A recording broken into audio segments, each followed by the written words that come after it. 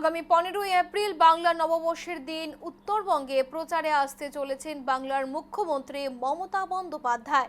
শিলিগুড়ির মাল্লাগুড়ি থেকে হাসমি চক পর্যন্ত শিলিগুড়ি বিধানসভা কেন্দ্রের তৃণমূল প্রার্থী গৌতম দেবের হয়ে রোড শো করার কথা রয়েছে মুখ্যমন্ত্রীর। শুক্রবার সংবাদ মাধ্যমে এমনটাই জানালেন তৃণমূল প্রার্থী তথা শিলিগুড়ির মেয়র গৌতম দেব।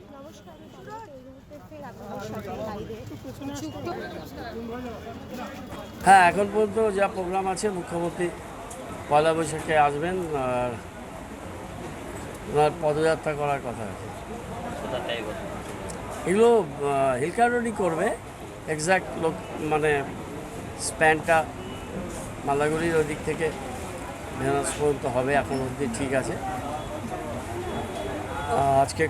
আজকে চূড়ান্ত হয়ে যাবে।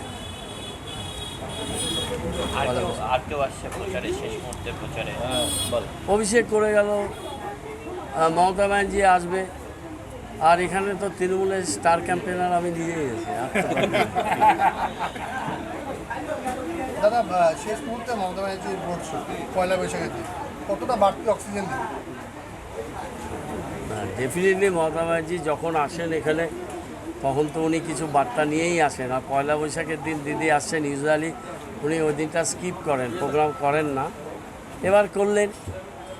আর তোমরা জানো যে দিদির সাথে আমার রিলেশান, দিদি নিজেই বলেছেন যে আমার চিরদিনের চিরসাথী, that is the highest compliments ever.